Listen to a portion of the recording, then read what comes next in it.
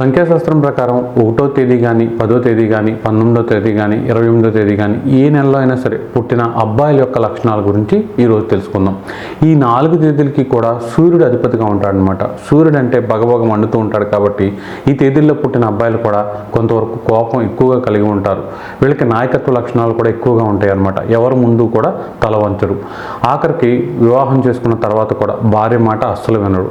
నువ్వు నాకు చెప్పేది ఏంటి, నాకు అన్నీ తెలుసు అన్నట్లుగానే ఉంటారనమాట. వీళ్ళు ఏ విషయంలోనూ కూడా ఎవ్వరు సలహా పాటించరు. ప్రతి విషయాన్ని కూడా స్వతంత్రంగా ఆలోచించి స్వతంత్ర నిర్ణయాలు తీసుకోవడానికి, సొంత ఆలోచనలు అమలు చేయడానికే ఇష్టపడే అవకాశం ఉంటుందన్నమాట. బయట వాళ్ళైనా సరే వీళ్ళకి సలహాలు ఇస్తే అస్సలు నచ్చదు. వీళ్ళని కంట్రోల్ చేయాలన్నా, వీళ్ళని తగ్గమన్నా వీళ్ళకి ఎక్కడ లేని కోపం వచ్చేసే అవకాశం ఉంటుందన్నమాట. ఈ తేదీల్లో పుట్టిన వాళ్ళు చాలా వరకు కూడా వీళ్ళకు ఉన్న నాయకత్వ లక్షణాలు కానివ్వండి, వీళ్ళకున్న తెలివితేటల వల్ల కానివ్వండి, స్వతంత్ర ఆలోచనల వల్ల కానివ్వండి జీవితంలో మంచి స్థాయికి వెళ్ళే అవకాశం ఉంటుంది.